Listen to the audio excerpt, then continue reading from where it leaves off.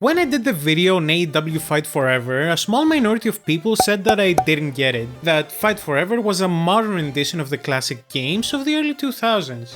For the sake of fairness, I hadn't played the older games, so I couldn't tell if these commenters had a point or not. But after playing through Here Comes the Pain, my answer to that criticism is, and with all due respect, what the f***? Here Comes the Pain is night and day compared to Fight Forever. Yeah, they may share a few base characteristics, but the difference in the quality of execution is mind-blowing. Here Comes the Pain is considered as one of, if not the best wrestling game of all time. After experiencing it for the first time, I can definitely understand why. This game is extremely fun to play, and I'll show you exactly why in the next 6 minutes. Let's check it out.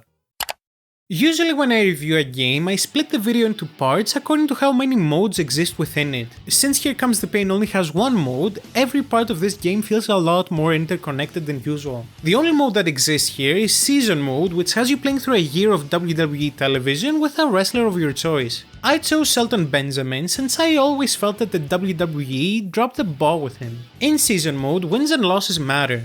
They directly dictate which styles you can compete for, as well as which storylines will be activated. And winning isn't easy because WWE's roster at the time was stacked. Playing Here Comes the Pain makes you realize that this might have been WWE's best lineup of wrestlers. You have your classic main event guys like Dwayne, Stone Cold and Triple H, but taking a look at the mid-card, I realized that most of the wrestlers there went on to become top stars for multiple years and in some cases even decades. You have guys like Cena, Batista, Ray, Edge right on the cusp of reaching greatness within the company, and I find it unfathomable that there was a time and place where these guys were considered 75 overalls.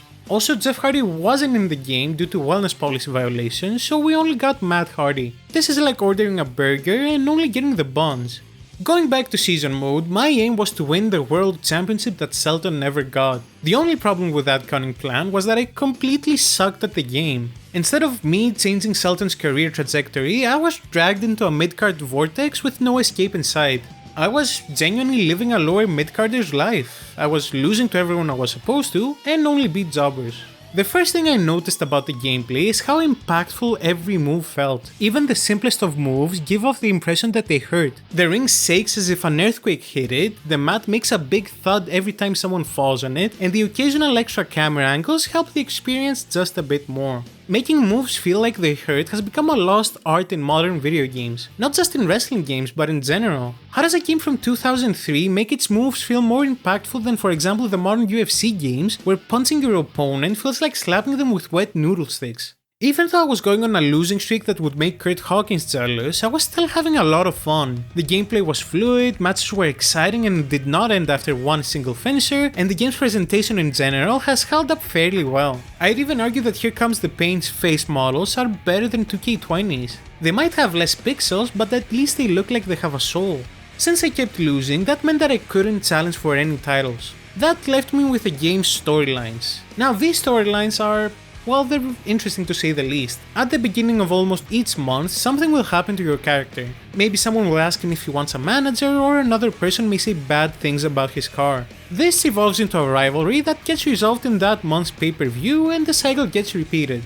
The storylines themselves can get crazy. I judged the bodybuilding contest, ran over another wrestler's car with a monster truck, and screwed Goldberg out of a WrestleMania main event. I don't think these stories are particularly well written. A lot of it reminds me of the car crash television Vince Russo liked to book, but it's interesting enough to keep you going. After getting tired of losing, I did something I probably should have done from my first match. I looked up tips online and found some uploaded from I'm assuming the time dinosaurs roamed the internet. What I found there is that if you spam the reversal button, your character is nearly guaranteed to reverse the move. This immediately transformed me from Shelton Benjamin to Goldberg with actual in-ring ability.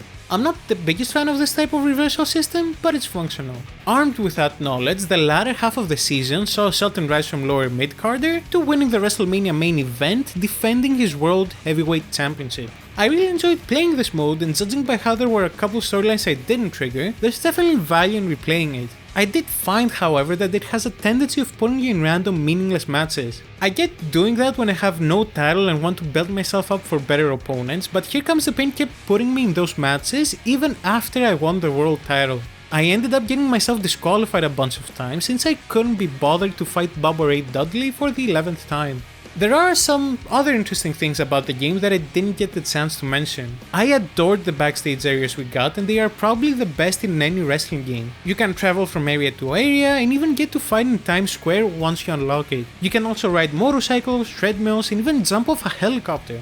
You can tell the devs were passionate about this project. There's so much attention to detail to an extent we haven't seen in years. The game is obviously not perfect, it has a lot of minor issues, but at least in this case, I can chalk it up to the fact that Yuke's probably just didn't know any better. Things like over-reliance on button mashing, inability to change directions while running, and a lack of modes all exist within the game. But this is where, as a developer, you can see a lot of those things and choose to improve upon them, or remove them completely from the game.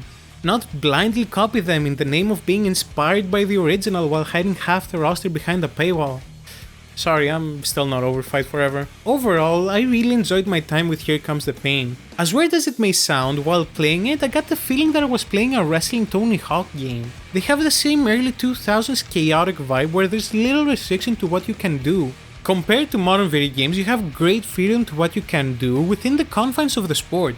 I never expected to be able to grab and toss someone while riding a motorcycle, but now I really need more wrestling games to do this type of stuff. The only one that I know of that has come close to this is probably Wrestling Empire. I really need to get through a video without mentioning Wrestling Empire. And that was my analysis of SmackDown Here Comes the Pain. Click this video if you want to watch my review of AEW Fight Forever. See you in the next one.